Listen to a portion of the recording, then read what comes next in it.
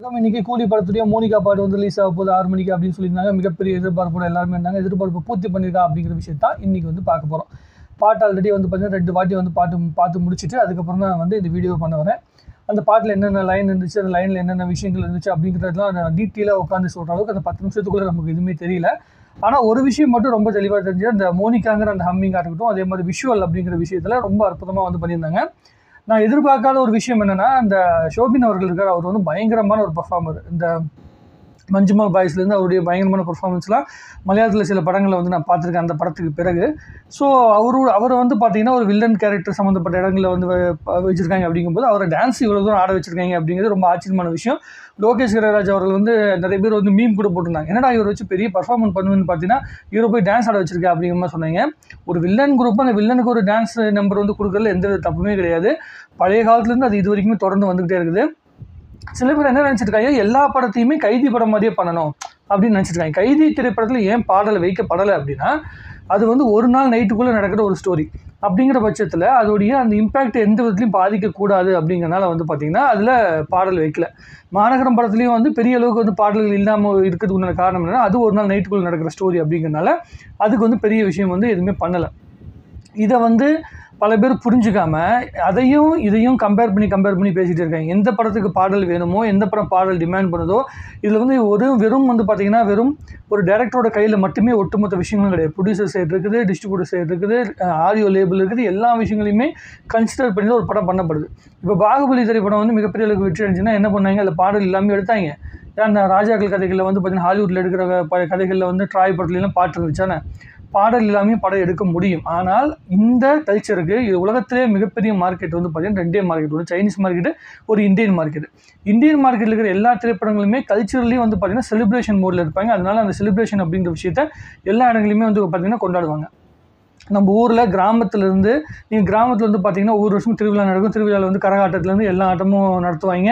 அதுக்கப்புறம் மாரிய நோம்பி நடக்கும், அதுலேயும் கொண்டாட்டங்கள் நடக்கும், கும்மி பாட்டு நடக்கும், வில்லு பாட்டு நடக்கும், எல்லா பாடல்களும் நடக்கும். ஸோ ஒரு செலிப்ரேஷன் கல்ச்சருக்குள்ளே வாழ்ந்து வந்த மக்கள்கிட்ட செலிப்ரேஷனை ஒரு பாட்டாக வைக்கல எந்த தப்புமே கிடையாது. அதை ஒத்துக்கிட்டும் வந்து பார்த்திங்கன்னா பல விதங்கள் நடந்து போச்சு. ஆஸ்கார் லெவல் தான் வந்து பெருசாக பேசிகிட்டு இருந்தோம். ஆஸ்கார்லேயும் நம்மளுடைய நாட்டுக்குத்து பாட்டு தான் அங்கே போய் ஓடி இருக்குது.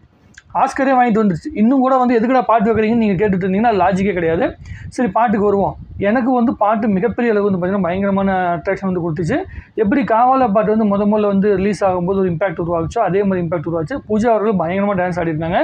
இது வந்து ஹிந்தியில் வந்து அந்த கேத்தனா வைஃப்ல ஒரு பாட்டு ஆடுவாங்க, அந்த மாதிரி ஒரு அட்மாஸ்பியரில் வந்து பண்ணியிருக்காங்க. சூப்பராக இருந்தது. சுற்றி ஆண்கள் இருப்பாங்க, நடுவில் ஒரு பொண்ணு ஆடுற மாதிரி வந்து ஒரு சீக்வன்ஸ் வந்து உருவாக்கியிருப்பாங்க. அந்த பாட்டு பேர் கூட டக்கு ஞாபகம் மாதிரி தான். ஆஜிக்கி ராத்னு கூட ஒரு பாட்டு வந்துச்சு இல்லை, தமன்னாவுக்கு வந்து பார்த்திங்கன்னா ஹிந்தியில் ஒரு பாட்டு வந்துச்சு. அது வந்து பயங்கரமான ஒரு ஹிட் ஆச்சு. அந்த மாதிரியான ஒரு லுக்கில் வந்து பார்த்திங்கன்னா பாட்டு பண்ணியிருக்காங்க. நல்லா செலிப்ரேஷனாக இருக்குது. இன்னும் தியேட்டரில் பார்க்கும்போது இன்னும் செமையான இம்பேக்ட் இருக்கும். ஷோபின் சார் வந்து இவ்வளோ பயங்கரமாக டான்ஸ் ஆடுவார், இவ்வளோ எனர்ஜெட்டிக்காக டான்ஸ் ஆடுவார் அப்படிங்கிற விஷயத்தை நான் எதிர்பார்க்கவே இல்லை.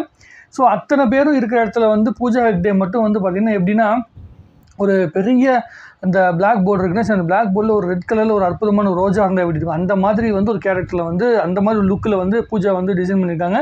அவங்களுடைய காஸ்டியூம்லேருந்து, அவங்களுடைய டான்ஸ் மூமெண்ட்லேருந்து, இந்த எக்ஸ்பிரஷன் எல்லாமே தாறுமாறாக இருக்குது. இப்போதைக்கு பார்த்து ஒரு 2-3 மொமெண்ட்லேயே இந்தளவு அட்ராக்டிவாக இருக்குது அப்படின்னா, தியேட்டரில் பார்க்கும்போது இன்னும் செம்ம செலிப்ரேஷனாக இருக்கும். அதில் மாற்றுக்கிறதே கிடையாது. இது வரைக்குமே கூலி படத்துக்கான இன்னும் பெரிய பாசிட்டிவான விஷயம் என்ன அப்படின்னா, ரஜினி சார் சம்மந்தப்பட்ட விஷயங்கள் எல்லாத்தையுமே அப்படியே டவுன் ப்ளே பண்ணி கொண்டு வந்துகிட்டே இருக்காங்க. கதை சம்மந்தப்பட்ட விஷயங்களையும் டவுன் ப்ளே பண்ணி கொண்டு போயிட்டே இருக்காங்க. வெறும் அந்த பாடல் சம்மந்தப்பட்ட விஷயங்களை மட்டும் கொண்டு வந்துட்டு ஒட்டுமொத்த எக்ஸ்பெக்டேஷனுமே டீசருக்கும் ட்ரெய்லருக்கும் மட்டும் கொண்டு வரணும் அப்படிங்கிற இடத்த நோக்கி நகர்த்தி கொண்டு போயிட்டே இருக்காங்க. எக்ஸ்பெக்டேஷனை பயங்கரமாக வந்து தியேட்டருக்கு வந்து பார்க்கணும், அந்த இம்பேக்டை கொடுக்கணும் அப்படிங்கிற மனநிலைக்குள்ள தான் பார்த்துட்ருக்காங்க. நல்லா நோட் பண்ணிங்கன்னா தெரியும், பெரிய பெரிய ஆர்டிஸ்ட்டு வந்து பண்ண வேண்டிய விஷயங்கள் எதுவுமே வந்து, அதாவது உள்ளுக்குள்ளே இருக்கிற பெரிய ரஜினி சாராக இருக்கட்டும், அதே மாதிரி உபேந்திரா சார், நாகார்ஜுன சார், அதே மாதிரி அமீர் கான் சார், இவங்களோட எந்த ஒரு ஸ்டில்ஸுமே வெளியே வர விடாமல் படத்துக்கான வைப்பு உருவாக்கிட்டு இருக்காங்க. இது ரொம்ப பாசிட்டிவான விஷயம். ஒரு படத்துக்கு இந்த காலத்தில் தியேட்டருக்குள்ளே வந்தால் தான் சில விஷயங்கள் பார்க்க முடியும் அப்படிங்கிற ஒரு இம்பேக்டை உருவாக்குறது, தியேட்டருக்குள்ளே வரத்துக்கு ஆடியன்ஸை வந்து அந்த வைப்பில் கொண்டு வரது அப்படிங்கிறது ரொம்ப முக்கியமான ப்ரொமோஷன் மெட்டீரியல். அதை வந்து அற்புதமாக வந்து பார்த்திங்கன்னா சன் பிக்சர்ஸ் பண்ணியிருக்காங்க. இந்த பாட்டு மூலமாக ரொம்ப அற்புதமாக வந்து பார்த்திங்கன்னா திருப்தி படுத்திருக்காங்க. பாடல் வரிகளும் ஓரளவுக்கு வந்து பார்த்திங்கன்னா அட்ராக்டிவாக பண்ணியிருக்காங்க. அதுக்கப்புறம் அசல் கோலார் வந்து ரேப் பண்ணியிருக்காரு, அவரும் ரொம்ப நல்லா பண்ணியிருக்காரு. பாட்டு பாடின அந்த ஃபீமேல் வாய்ஸாக இருக்கட்டும், அனிருத்தாக இருக்கட்டும், அதே மாதிரி வந்து பார்த்திங்கன்னா கோரியோகிராஃபி பண்ணி நம்மளுடைய சாண்டி மாஸ்டர் ஆகட்டும், எல்லாமே ரொம்ப நல்லா ஒர்க் பண்ணியிருக்காங்க. சூப்பராக வந்து பண்ணியிருக்காங்க. எடிட்டிங்லேருந்து எல்லாமே ரொம்ப அற்புதமாக செய்யப்பட்டிருக்குது. எனக்கு பாட்டை பார்த்தோன்னே ரொம்ப ரொம்ப பிடிச்சிருந்தது, ரசிக்க முடியாதது. நான் மறுபடியும் ரிப்பீட்டட் மோடில் வந்து பார்ப்பேன். நமக்கு வந்து அந்த அரவி குத்து பாட்டுக்கு அப்புறமேட்டு பூஜாவுடைய அந்த டான்ஸு அதெல்லாம் ரொம்ப பிடிக்கும். அதனால் வந்து கண்டிப்பாக நான் வந்து பார்த்திங்கன்னா இந்த பாட்டை மறுபடியும் ஒரு வாட்டி பார்ப்பேன். ஸோ இது படத்தில் என்ன மாதிரி பிளேஸ்மெண்ட்டில் வருது அப்படிங்கிறத நம்ம பார்க்கணும். இது ஏற்கனவே வந்து ஃபஸ்ட்டு ஒரு டைட்டில் டீசர் ரிலீஸ் பண்ணாங்க. அதில் ரஜினி சார் வந்து ஹார்பரில் வந்து வர மாதிரி தான் சீக்வன்ஸ் எடுத்தாங்க. அந்த ஹார்பரில் வேலை செய்கிற ஒரு ஆளாக தான் வந்து பார்த்திங்கன்னா நம்முடைய கப்பலில் ஹார்பரில் வேலை செய்கிற ஒரு ஆளாக தான் வந்து ஷோபின் அவர்கள் வந்து காட்டுறாங்க. ஸோ அவருக்கும் ரஜினி சாருக்கும் என்ன மாதிரியான வந்து மொமெண்ட்ஸ் உருவாகுது அப்படிங்கிற விஷயத்தை நம்ம பொறுத்து வந்து பார்க்கணும். இன்னும் நிறைய விஷயங்கள் வந்து ரிவீல் ஆகிறதுக்கான வாய்ப்பு இன்னும் அடுத்த அப்டேட்லாம் வரும்போது இன்னும் பயங்கரமாக இருக்கும். இது முடிஞ்ச பிறகு இப்போதைக்கு பாட்டை பார்த்து நம்ம வைப்பு கொண்டாடி இருக்கோம். இந்த நேரத்தில் வந்து ரஜினி சார் வந்து வேள்பாரியோட 1,00,000 காப்பி வந்து விற்றுருக்காங்க அப்படிங்கிறத வந்து செலிப்ரேஷன் கொண்டாடிட்டு இருக்காங்க. அதில் வந்து ரஜினி சார் ரொம்ப நாளைக்கு அப்புறமேட்டு தலைவர் அவர்கள் பேச போகிறாரு. அதை பார்த்துட்டு அவர் என்ன பேசுகிறாரு அப்படிங்கிற விஷயத்தை பார்த்துட்டு அதை பற்றி வீடியோவில் வந்து மறுபடியும் நம்ம டீட்டெயிலாக உட்காந்து பேசலாம். உங்களுக்கு இந்த பாடல் எப்படி பிடிச்சிருந்தது, அனிருத் அவர்கள் என்ன மாதிரி ஒர்க் பண்ணியிருக்காரு, அது ஸ்க்ரீனில் பார்க்கும்போது தியேட்டரில் பார்க்கும்போது என்ன மாதிரி செலிப்ரேஷனாக இருக்கும் அப்படின்னு நீங்கள் நினைக்கிறீங்க அப்படிங்கிறது வந்து கமெண்ட்டில் தாராளமாக எழுதுங்க. இன்னும் நிறைய பேசுவோம். வாழ்க தமிழ்நாடு, வளர்க தமிழ் சினிமா. எனக்கு பயங்கர திருப்தியாக இருக்குது. உங்களுக்கு எப்படி இருக்குங்கிறத எழுதுங்க.